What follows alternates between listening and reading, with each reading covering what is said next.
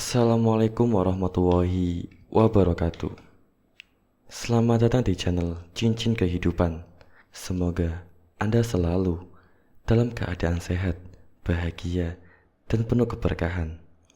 Sesuai namanya, channel ini hadir untuk menemani lika-liku perjalanan hidup Anda dengan cerita dan edukasi yang bermanfaat.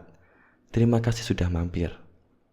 Tanpa berlama-lama lagi, mari kita masuk ke dalam ceritanya.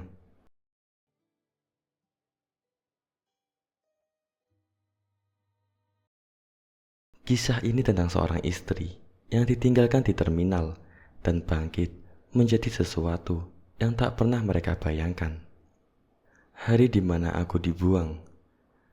Aku masih ingat jelas hari itu. Hari di mana hidupku perlahan mulai runtuh tanpa aku sadari. Perjalanan menuju Jakarta terasa seperti mimpi yang selama ini aku tunggu. Di dalam bus yang penuh sesak itu, aku duduk di samping Rian, suamiku. Tangannya menggenggam tanganku erat, hangat, seolah memberi janji bahwa semuanya akan baik-baik saja. Aku capek hidup begini terus, katanya waktu itu, menatap lurus ke depan. Di Jakarta, kita mulai dari nol, tapi setidaknya kita punya harapan. Aku menoleh padanya, tersenyum tanpa ragu. Karena aku mencintainya dan karena aku percaya pada setiap kata yang keluar dari mulutnya. Sepanjang perjalanan, aku membayangkan kehidupan baru kami. Rumah kecil, pekerjaan sederhana, mungkin tidak mewah, tapi cukup. Yang penting, kami bersama. Aku tidak tahu, semua itu hanya ada di kepalaku. Begitu kami sampai di terminal, suasananya langsung membuatku sedikit tidak nyaman, ramai, bising. Orang-orang berlalu lalang dengan wajah lelah, bau asap dan keringat bercampur jadi satu. Aku menggenggam tas kecilku lebih erat. Rian berjalan lebih cepat dari biasanya, seolah terburu-buru. Aku harus sedikit berlari kecil untuk mengikutinya. Kita tunggu di sini dulu, katanya, menunjuk sebuah bangku panjang yang catnya sudah mengelupas. Aku duduk, dia berdiri di depanku, menatap sekeliling sebentar, lalu kembali menatapku. Duduk dulu di sini, aku beli minum. Aku mengangguk, sederhana, tanpa curiga. Karena kenapa aku harus curiga pada suamiku sendiri? Dia pergi, langkahnya cepat, tanpa menoleh. Aku menunggu 5 menit, aku masih santai. Aku bahkan sempat membuka tas, memastikan semua barangku masih ada. 10 menit, aku mulai melihat ke arah dia pergi tadi. 20 menit, aku mulai gelisah. 1 jam, jantungku mulai berdetak tidak normal. Aku sendiri mencoba mencari wajahnya di antara kerumunan orang, tapi semua orang terlihat asing. Semua wajah terasa sama. Aku kembali duduk, tanganku mulai dingin. Aku mengambil ponsel, menghubunginya. Nomor yang sama setiap hari aku hubungi, kini hanya menjawab dengan suara datar. Nomor yang Anda tuju tidak dapat dihubungi. Aku mencoba lagi, dan lagi, dan lagi. Sampai akhirnya aku sadar, ini bukan kebetulan, ini bukan keterlambatan, ini pilihan. Pesanku mulai panjang, awalnya biasa saja. Rian, kamu di mana? Kok lama? Aku nunggu di bangku tadi ya. Lalu berubah. Rian, aku takut. Tolong jawab. Kamu jangan bercanda begini. Dan akhirnya, Rian, kamu ninggalin aku. Tidak ada balasan, satu pun tidak. Langit mulai berubah warna, dari biru menjadi oranye. Lalu, perlahan gelap. Lampu-lampu terminal menyala satu persatu. Dan aku masih di tempat yang sama, sendirian. Orang-orang datang dan pergi. Ada yang tertawa, ada yang terburu-buru, ada yang memanggil keluarganya mereka. Aku hanya duduk, seolah dunia berjalan tanpa menyadari aku sedang hancur di tengahnya. Tanganku gemetar saat membuka dompet. 50.000. Itu saja. Tidak cukup untuk pulang, tidak cukup untuk bertahan lama, tidak cukup untuk apapun. Aku menarik napas panjang. Tapi dadaku terasa sesak. Air mataku akhirnya jatuh, pelan, lalu semakin deras. Aku mencoba menutupi wajahku, malu dilihat orang. Tapi rasa malu itu kalah dengan rasa sakit yang terlalu besar untuk ditahan. Aku tidak tahu harus kemana. Aku tidak tahu harus melakukan apa. Yang aku tahu, suamiku sendiri telah meninggalkanku di tempat asing tanpa arah. Malam datang sepenuhnya. Udara mulai dingin. Aku meringkuk di bangku itu, memeluk tas kecilku. Seperti itu satu-satunya yang tersisa di dunia ini. Setiap suara, langkah membuatku terkejut. Setiap bayangan membuatku takut. Aku tidak benar-benar tidur. Aku hanya memejamkan mata sambil menahan tangis yang tidak berhenti. Di antara suara kendaraan, teriakan penjual, dan hiruk-pikuk terminal, aku menyadari satu hal yang paling menyakitkan. Aku bukan kehilangan. Aku bukan hanya kehilangan suami. Aku kehilangan tempat untuk pulang. Dan untuk pertama kalinya di dalam hidupku, aku merasa benar-benar tidak berharga. Malam yang mengubah segalanya. Aku tidak benar-benar tidur malam itu. Tubuhku memang terbaring di bangku keras itu, tapi pikiranku tidak benar-benar berhenti.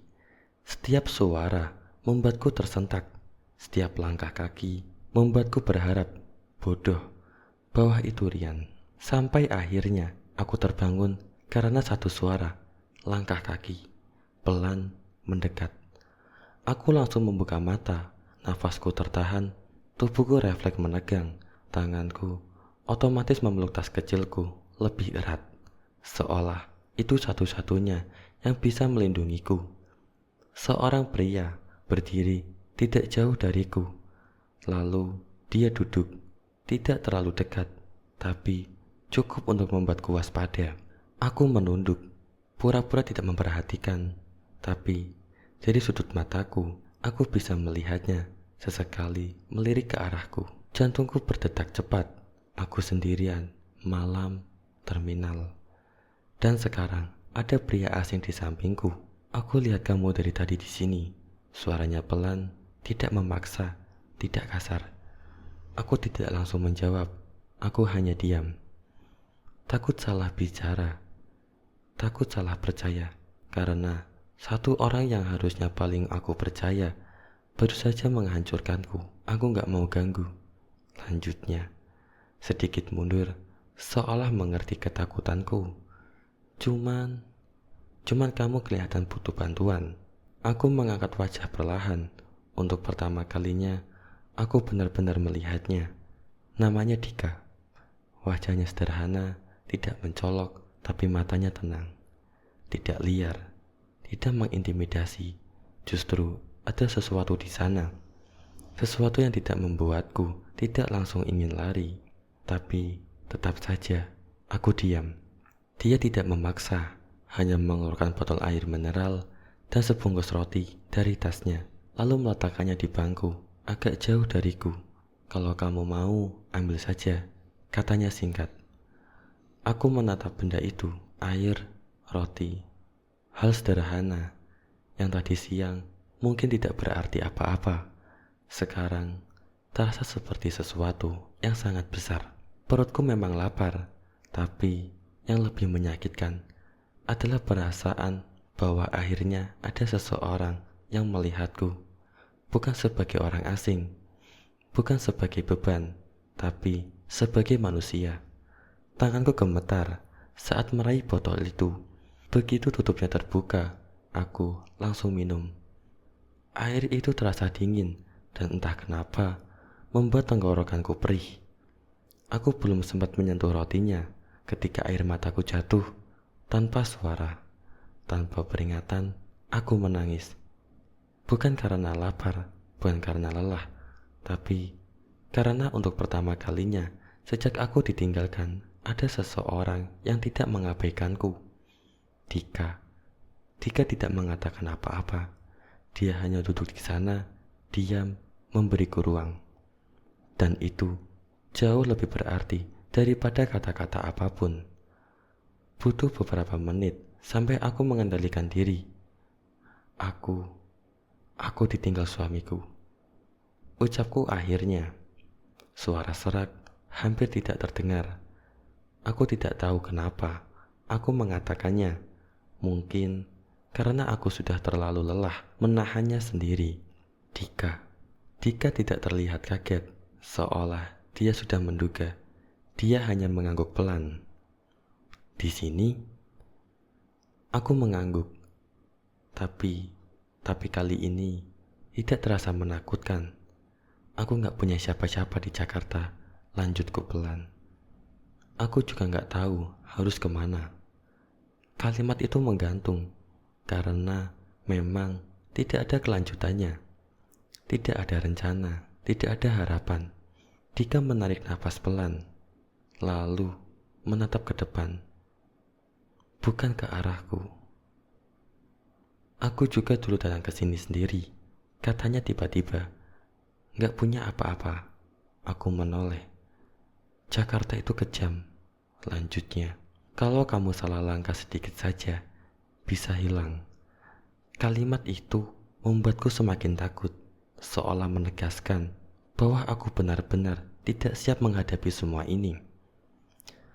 Tapi kemudian dia melanjutkan, tapi bukan berarti kamu gak bisa bertahan. Aku terdiam, menatapnya. Dan untuk pertama kalinya malam itu, aku merasakan sedikit sesuatu. Bukan harapan besar, bukan keyakinan, hanya sedikit kemungkinan. Dika menoleh padaku. Kalau kamu mau, katanya pelan, aku bisa bantu kamu mencari pekerjaan. Enggak janji enak, tapi setidaknya kamu enggak sendirian di sini. Aku langsung ragu, otakku penuh peringatan. Jangan percaya orang asing. Jangan ikut siapapun. Jangan mudah tertipu. Tapi di saat yang sama, aku tidak punya siapa-siapa, tidak punya tempat, tidak punya pilihan. Aku menunduk, tanganku mencengkram roti itu erat. Aku tahu keputusan yang aku ambil malam ini akan mengubah segalanya. Entah ke arah yang lebih baik atau justru menghancurkan lebih dalam. Suaraku gemetar. Aku ikut. Dika tidak langsung tersenyum. Dia hanya mengangguk pelan. Besok pagi kita mulai, katanya singkat. Tidak ada janji manis, tidak ada harapan palsu. Hanya langkah kecil. Malam itu, aku kembali bersandar di bangku dingin itu.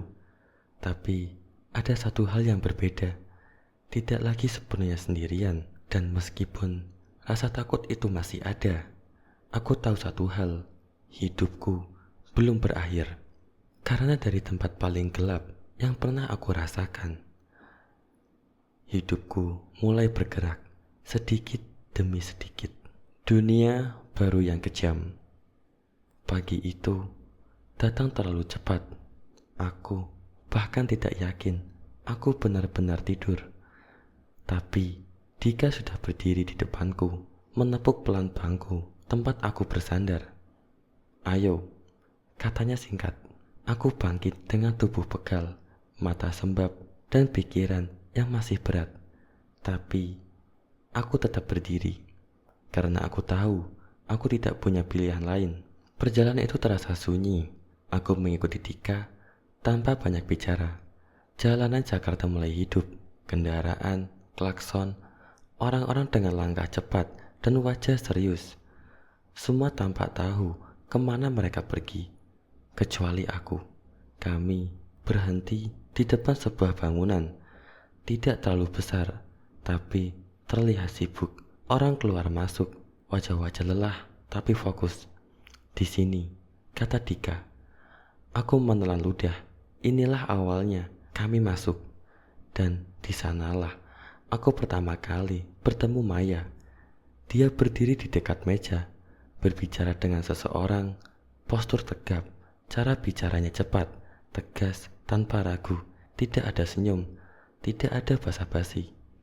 Saat dia menoleh ke arah kami, aku langsung merasa kecil, sangat kecil. Tatapannya tajam, seolah bisa menembus apapun yang aku sembunyikan. Ini tanyanya singkat pada Dika. Namanya Nara. Jawab Dika. Butuh kerja. Maya tidak langsung menjawab. Dia menatapku lama, sangat lama, sampai aku mulai merasa tidak nyaman, sampai aku hampir menunduk karena tidak tahan. Kamu pernah kerja? Tanyanya akhirnya. Aku menggeleng pelan, tidak berani berbohong. Dia tersenyum tipis, tapi itu bukan senyum hangat, lebih seperti penilaian. Bagus, katanya dingin. Berarti kamu belum punya kebiasaan buruk. Aku tidak mengerti maksudnya itu. Aku hanya berdiri diam, mencoba memahami dunia baru yang tiba-tiba aku masuki. Mulai hari ini, kamu di sini. Lanjutnya, gak ada yang instan. Kalau kamu lambat, kamu akan tertinggal. Aku mengangguk cepat. Meski aku belum benar-benar paham apa yang menungguku, dan ternyata aku benar. Aku tidak siap. Hari-hari berikutnya terasa seperti mimpi buruk yang tidak ada jedanya. Aku bangun pagi, bekerja tanpa henti, dan pulang dengan tubuh yang hampir tidak bisa berdiri. Aku disuruh melakukan semuanya, membersihkan, mengangkat, menyusun, mengantar. Hal-hal kecil, tapi dilakukan tanpa henti, cepat sedikit. Kamu itu dengar gak sih? Kalau gak bisa kerja, keluar saja. Suara-suara itu terus mengisi hari-hariku. Aku dimarahi, disalahkan, bahkan untuk kesalahan yang bukan sepenuhnya milikku. Beberapa orang di sana melihatku dengan remeh, seolah aku tidak pantas berada di tempat itu. Dan kemungkinan mereka benar. Aku sering salah, sering terlambat memahami, sering tidak cukup cepat. Setiap malam, tubuhku sakit, kakiku pegal, tanganku gemetar, dan berkali-kali aku duduk sendirian, menahan tangis yang ingin keluar. Aku gak kuat, bisikku suatu malam. Aku benar-benar ingin berhenti, ingin lari, ingin kembali ke kehidupan lamaku. Meskipun itu berarti kembali pada rasa sakit yang sama. Tapi setiap kali pikiran itu muncul, aku teringat satu hal. Bangku dingin itu, terminal yang gelap, rasa takut saat aku sendirian, dan perasaan saat aku sadar aku dibuang. Itu lebih menyakitkan, jauh lebih menyakitkan daripada semua ini. Aku menggenggam tanganku erat, menahan air mata. Kalau aku berhenti sekarang, gumamku pelan, aku akan kembali ke sana, dan aku tidak akan membiarkan itu terjadi. Tidak lagi. Hari demi hari, aku mulai berubah. Aku mulai lebih cepat, lebih peka, lebih diam, tapi lebih kuat. Aku tidak hanya bicara lagi, aku hanya bekerja. Maya mulai memperhatikanku, bukan dengan pujian, tapi dengan tatapan yang berbeda. Suatu hari, saat aku hampir menjatuhkan sesuatu, dia tiba-tiba berkata, "Jangan pakai perasaan kalau kerja, pakai kepala." Aku terdiam. Kalimat itu sederhana, tapi entah kenapa terasa seperti tamparan. Sejak saat itu, aku mulai belajar sesuatu, bahwa di dunia ini, terutama di dunia tempat aku berdiri sekarang, tidak ada yang peduli dengan lukaku, tidak ada yang peduli dengan lukamu, tidak ada yang peduli dengan masa lalumu. Yang mereka lihat hanya satu hal, apa kamu bisa bertahan atau tidak. Dan aku memilih untuk bertahan, bukan karena aku takut, tapi karena aku tidak punya tempat lain untuk jatuh. Dan di tengah kerasnya dunia baru ini, aku mulai menyadari sesuatu. Aku mungkin sudah dibuang, tapi bukan berarti aku harus tetap menjadi orang yang tidak berharga. Karena kali ini, aku akan memaksakan diriku untuk berubah. Saat aku tidak lagi lemah, waktu berlalu tanpa terasa. Hari-hari yang dulu terasa begitu panjang dan menyakitkan, perlahan berubah menjadi sesuatu yang biasa. Bukan karena semuanya menjadi mudah, tapi karena aku sudah terbiasa dengan kerasnya dunia ini. Aku tidak lagi menangis di malam hari. Aku tidak lagi gemetar saat dimarahi. Dan yang paling penting, aku tidak lagi merasa kecil. Tahun demi tahun berlalu, dan aku berubah bukan hanya dari luar. Meskipun itu juga terlihat jelas. Pakaianku lebih rapih, cara berjalanku lebih tegap. Tatapanku tidak lagi ragu, tapi perubahan terbesar ada di dalam diriku. Aku tidak lagi berpikir seperti wanita yang ditinggalkan di bangku terminal itu. Aku belajar membaca. Aku belajar membaca situasi, belajar memahami orang, belajar kapan aku harus diam, dan kapan harus mengambil kesempatan. Aku belajar cepat, karena aku tahu di dunia ini, yang lambat akan tertinggal, yang lemah akan diinjak. Dan aku tidak ingin menjadi keduanya. Aku bekerja tanpa henti. Saat orang lain istirahat, aku masih menyelesaikan tugas. Saat orang lain mengeluh, aku memilih diam dan terus bergerak. Perlahan tapi pasti, aku naik, bukan dengan keberuntungan, tapi dengan luka yang aku paksakan menjadi kekuatan. Maya mulai melihatku berbeda. Dia tidak pernah memberiku pujian secara langsung, tapi aku tahu dengan cara memberiku tanggung jawab yang lebih besar. Bahkan dia mulai percaya.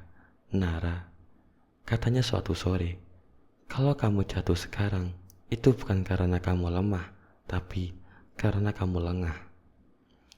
Aku mengangguk. Aku mengerti maksudnya. Di posisi seperti ini, satu kesalahan kecil bisa menghancurkan semuanya. Dan aku tidak akan membiarkan itu terjadi. Dika masih ada. Dia tidak pernah pergi sejak malam itu di terminal. Tidak banyak perubahan, tetap tenang, tetap sederhana, tapi selalu ada. Di saat aku butuh, aku tahu tanpa perlu dia katakan. Bahkan dia menyimpan sesuatu, perasaan yang tidak pernah dia paksa untuk aku balas. Dan mungkin itu yang membuatnya berbeda. Kadang aku melihatnya diam-diam memperhatikanku saat aku sibuk bekerja.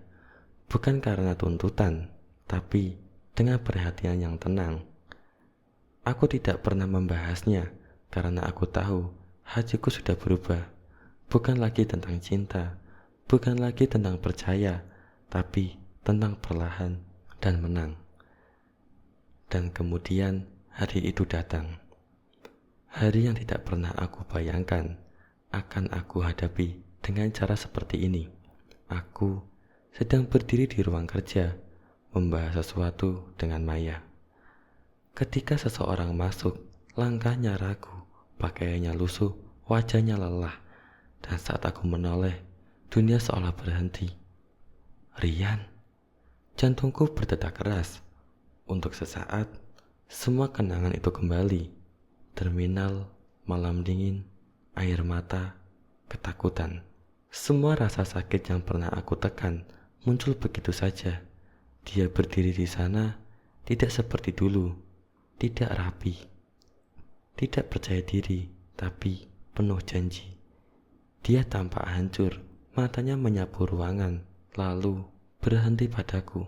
Tapi tidak ada reaksi. Dia tidak mengenaliku. Tentu saja, wanita yang dia tinggalkan di terminal tidak akan terlihat seperti sekarang. Aku berdiri diam, menatapnya. Setiap detail wajah itu masih aku ingat. pria yang pernah aku cintai sepenuh hati, pria yang pernah aku percaya tanpa ragu, pria yang membuangku seolah aku tidak berarti. Dan sekarang dia berdiri di depanku sebagai seseorang yang bahkan tidak memiliki apa-apa.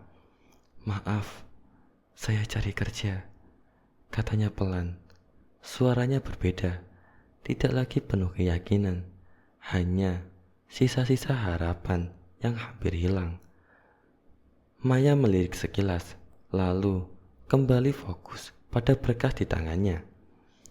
Aku melangkah sedikit maju, mataku tidak lepas darinya. Dia masih belum mengenaliku, dan di saat itu aku menyadari sesuatu. Aku tidak lagi gemetar. Aku tidak lagi ingin menangis. Aku tidak bertanya kenapa. Aku tidak ingin lagi bertanya kenapa. Yang aku rasakan hanya satu hal, kosong. Dan dari kekosongan itu perlahan muncul sesuatu yang lain. Aku tersenyum, pelan, tipis. Bukan karena bahagia, bukan karena aku puas melihatnya hancur, tapi karena akhirnya posisi kami berubah. Dulu aku yang menunggu dengan harapan yang tidak pernah datang. Sekarang dia berdiri menunggu sesuatu dariku. Dan untuk pertama kalinya sejak malam itu, aku tahu satu hal dengan sangat jelas. Aku tidak lagi lemah. Aku tidak lagi wanita yang bisa dibuang begitu saja. Karena sekarang aku berada di atas. Saat semua hancur, termasuk aku. Ruangan itu sunyi. Tidak ada yang berani bicara. Tidak ada yang berani bergerak. Semua mata tertuju pada satu pemandangan yang tidak pernah mereka bayangkan sebelumnya. Rian. Rian berlutut di depanku.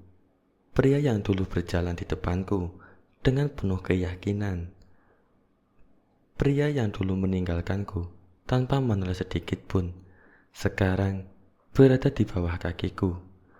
Tangannya hancur, nafasnya tidak teratur, matanya merah, penuh air mata yang tidak lagi bisa dia tahan.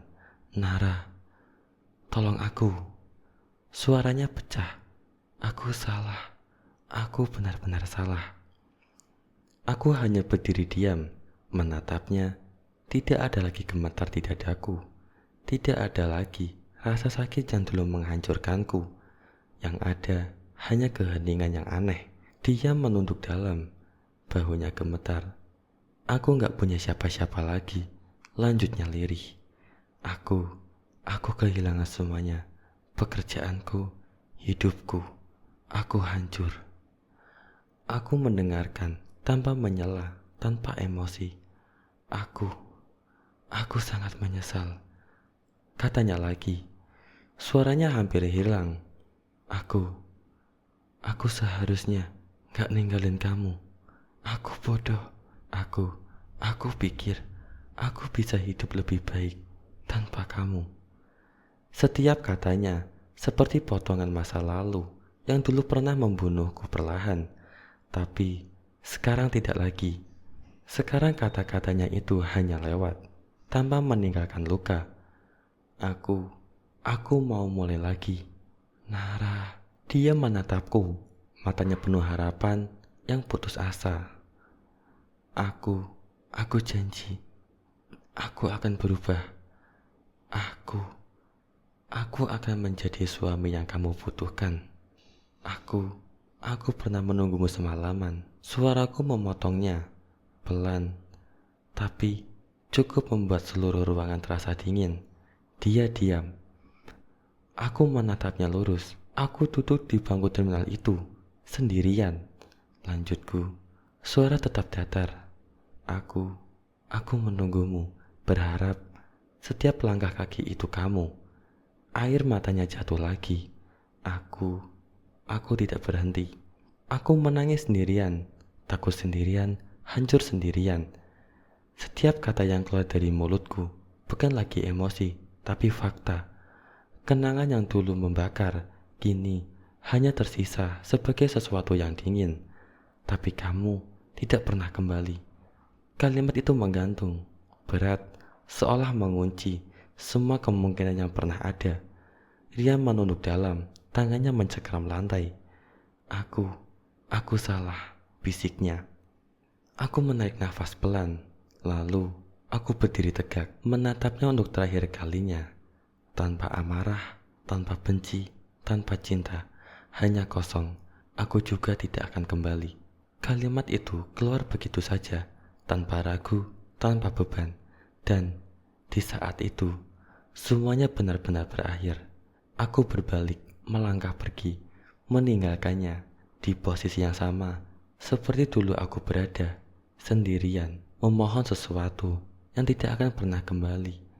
Langkahku mantap, tidak ada yang berani menghentikanku, tidak ada yang berani berbicara, karena semua orang di ruangan itu tahu, ini bukan sekedar perpisahan, ini adalah akhir. Hari-hari setelah itu berjalan seperti biasa, atau setidaknya terlihat seperti biasa. Semua orang berkata aku menang, aku punya segalanya, uang, kekuasaan, posisi yang dulu bahkan tidak pernah berani aku bayangkan. Aku tidak lagi harus takut kehilangan tempat tinggal, tidak lagi harus menghitung uang untuk bertahan hidup, tidak lagi harus menunggu seseorang yang tidak pernah kembali. Aku menang. Itu yang mereka lihat. Tapi malam itu, saat aku kembali ke apartemen, semuanya terasa berbeda. Pintu tertutup dan seketika dunia menjadi sunyi, terlalu sunyi. Tidak ada suara langkah kaki, tidak ada suara orang lain, tidak ada apapun. Aku melepas sepatuku, meletakkan tas, berjalan pelan ke ruang tengah. Lampu menyala terang, tapi entah kenapa, rasanya tetap gelap. Aku duduk di sofa, sendirian. Dan untuk pertama kalinya, setelah sekian lama, aku tidak tahu harus melakukan apa. Dan tidak ada yang perlu aku kejar, tidak ada yang perlu aku buktikan. Semuanya sudah aku dapatkan. Tapi kenapa rasanya kosong? Aku menatap ke depan. Dan tanpa sadar, ingatanku kembali ke malam itu. Bangku dingin, udara yang menusuk, tanganku yang gemetar memeluk tas kecilku. Malam itu, malam di terminal itu, yang dulu aku pikir sudah aku tinggalkan jauh di belakang, ternyata tidak pernah pergi. Air mataku jatuh pelan, tanpa suara. Aku tertawa kecil, pahit. Jadi ini rasanya menang, bisikku. Bukan bahagia, bukan lega, hanya hampa. Karena aku baru sadar satu hal, malam saat aku ditinggalkan di terminal, bukan hanya mengambil masa laluku, tapi juga sesuatu di dalam diriku, sesuatu yang dulu membuatku bisa percaya, sesuatu yang bisa membuatku bisa mencintai. Dan sekarang, meskipun aku berdiri di atas segalanya, aku tidak bisa merasakan lagi. Aku memeluk diriku sendiri, duduk di tengah ruangan yang terlalu besar, terlalu sepi. Dan akhirnya aku mengerti, aku memang berhasil keluar dari tempat itu. Aku memang berhasil mengubah kehidupanku. Aku memang berhasil menang. Tapi sejak malam itu, sebagian dari diriku sudah ikut hilang dan tidak akan pernah kembali lagi. Tamat.